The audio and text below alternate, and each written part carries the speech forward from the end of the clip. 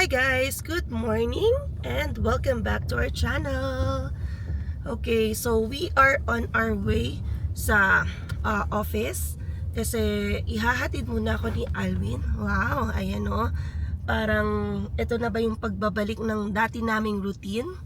So, hahatid niya muna ako and then ida-drop ni Alvin si Zion sa panibagong daycare. Ayan, so nilipat na nga pala namin si Zion ng daycare. Mas malapit na to. And ito yung magiging first day niya. So although next week pa, mag-i-start si Alwin ng work. Ayan, maganda na rin na since May 1 ngayon, ayan, start ng buwan kasi yan na rin, bayad ka na rin naman. Masanay na si Zion, yan, para kilala niya na rin yung mga kalaro niya doon, yung mga teachers niya doon, and then masanay sa routine. Kasi syempre, yung routine ni Zion sa nap time, walang oras. Yan, kumpara sa pag nilagay ulit sa daycare, may nap time silang designated. And kapag nilagay daw kasi siya sa mga pang 4 years old and onwards, ay wala nang nap time. So, sisimulan daw siya muna sa pang 3 years old. Kasi nag-iisip pa yung program director kung saan si Zion since 3 and a half nga do, 'di ba? Parang pwede na siya sa 3, pwede na rin siya sa 4. Pero para daw hindi mabigla ang bata, ayan, start muna sa 3 kasi super active na daw yung mga 4. Baka ayan, ma-shock si Zion doon.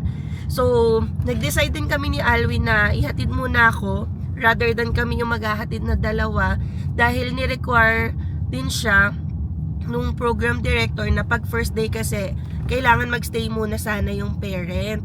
Ayan, hindi naman required pero since may time naman si Alwin to stay, yan, magstay muna siya doon kasi observe natin kung okay pa si Zion pag hinatid, ba siya doon, makahalubilo agad, 'di ba?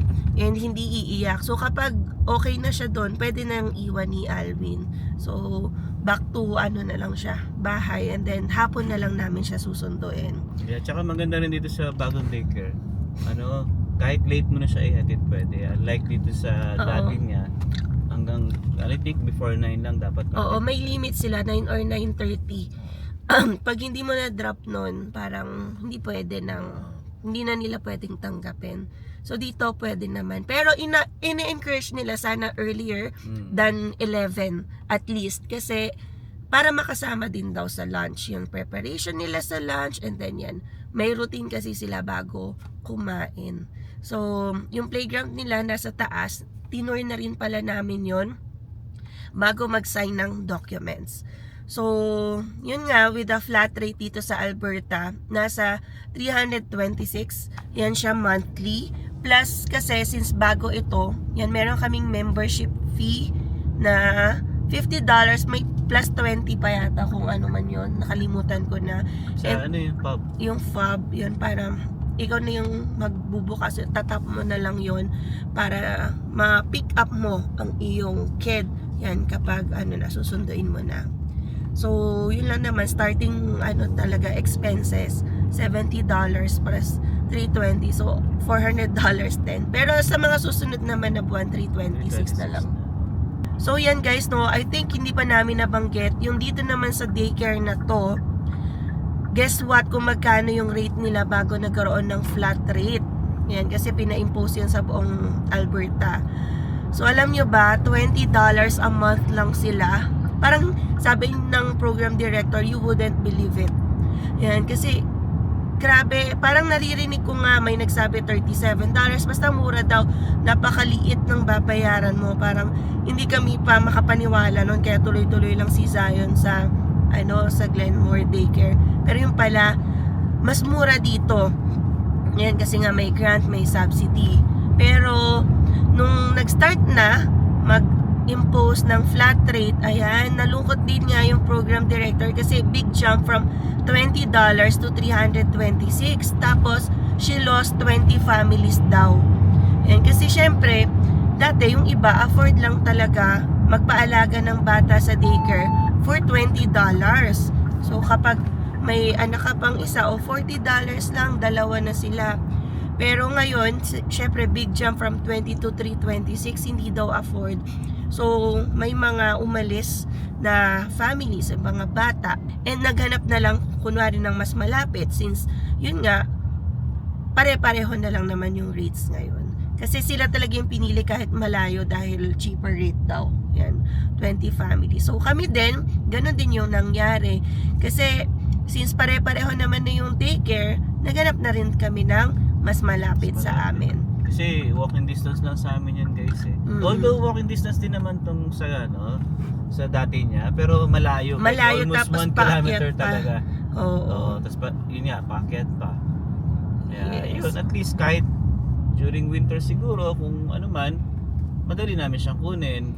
Oo. So, hinanda ko na rin yung mga gamit design kasi bagong daycare center. So, hinanda ko yung parang kumot niya, and then water bottle, yung pang change ng clothes, tapos slippers, yung sandals, and then little toys para siya, may comfort din kasi ni-request din yon kung ano yung favorite toys ng bata, and then a jacket kasi nga paghapon or kung meron pa silang certain time, naglalaro sila sa playground sa taas, yun yung rooftop.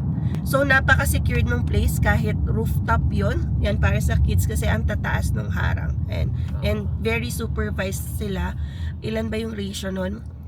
1:7 ata sila. Oo, parang 1:6, 1:7. Pag parang 4 years old mas mataas yung ratio. Pero pag mga bata, 1:6 lang. At saka maganda yung hahawa kay Zion is subscriber natin. Oo, parang kilala kita ha. Ay, napapanood ko sila sa ganyan. Parang sinabi pa sa Director. program director kasi Indian naman yung director. So, oh really? Ay, that's nice. Ganyan. So, kampante na rin kami kasi alagang 'di ba, Pinay kahit nandito tayo sa Canada. Syempre madisiplina din si Zion ng ayos. So, excited din kami kasi back to routine si Zion. Hindi na rin masyadong gadget kasi yun yung gusto rin namin maiwasan. Kapag nasa bahay kasi alam nyo naman temptation, nakikita lahat, TV, cellphone, PS5. So kapag dito, at least focus siya sa learning. Yan yun yung gusto namin. And yeah, Zion, are you excited? Yeah! So ito ang aking way pala sa office. Ayan hinatid muna ako ni Alwin. So pag akyat, yun na yung office na yan. Katapat na katapat mismo ng Calgary Farmers Market. Tapos dito lang yung Costco guys. Heritage sa may bandang kanan. Diyan lang kami nagko-Costco. Tapos sa kaliwa, nandyan yung TNT. Yan. So yun, malapit lang yung talaga ni Emma, workplace niya. So kapag nag-work na si Alwin sa May 6, parang feel ko may uuna sila kasi maaga yung time ni 6:30 Alvin. alis na kami ni Zion. Oo, kasi hindi naman ako pupunta dito sa office ng 6:30 kasi 8:30 pa open noon. So magpapaiwan na lang muna ako. Ayan, then I will just do commute. So kapag nag-commute kasi ako, 2 buses naman, pero napakabilis lang. 30 minutes away lang ako pag nag-commute. Pag nag-car, yan 10 minutes.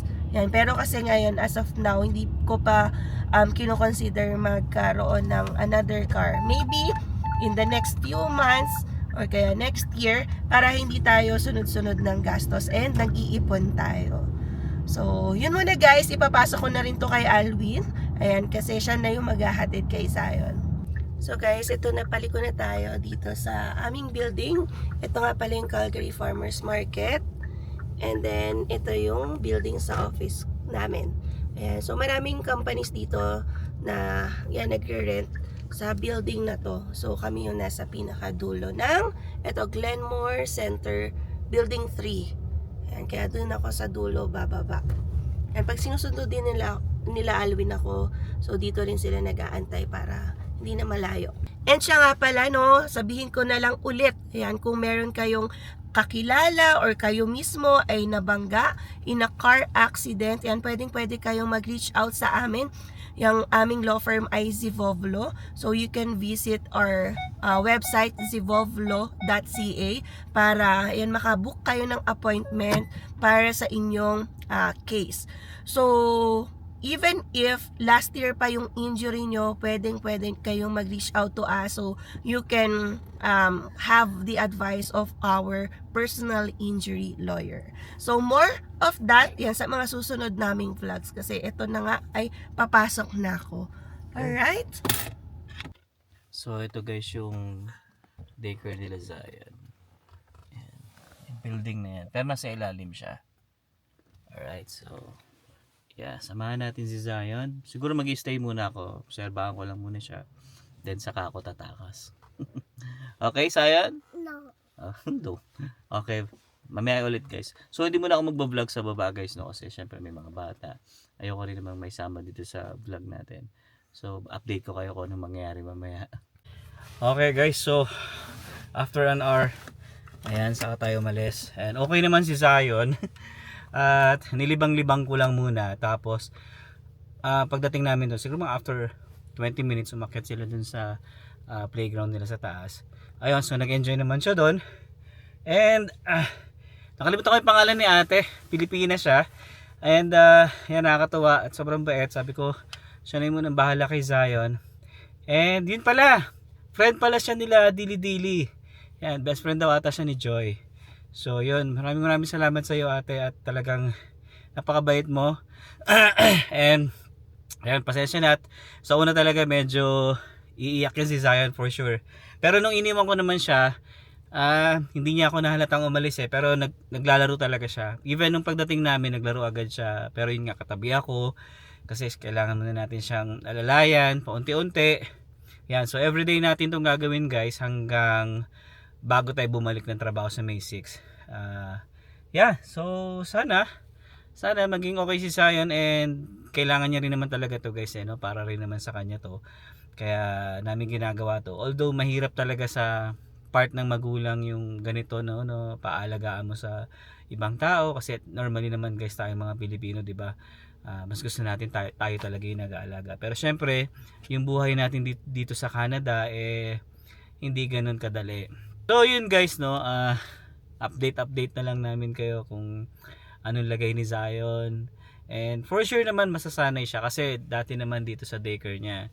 After ilang weeks naman naging okay na rin siya pag iniiwan namin So uwi muna tayo guys at tuloy natin yung vlog. Okay, so dito na tayo guys sa bahay. Painit na ng painit. So mamaya papalo ng 26. Kanina kasi pag alis namin ni Emma ng bahay medyo malamig, 6. Kaya nakaganito tayo. Oy, tumutubo na yung flowers ayun diba? Tutubo na kasi pa summer na guys. Ayan ganda ng weather namin ngayon blue yung sky natin. Alright, so nakakapanibago, wala si Zion. Ayun, so dito na tayo guys sa bahay. Ayan, so nakabisa tayo. Ayan, so yung pork chop ko dito kasi ibababad ko sa toyo, kalamansi, parang pang barbecue natin. Ito siya. Ito. So babaunin kasi natin to guys sa camping. Yan, nilabas ko na siya kahapon para yung mga yelo matunaw na. Alright. So sige, tayo. Okay.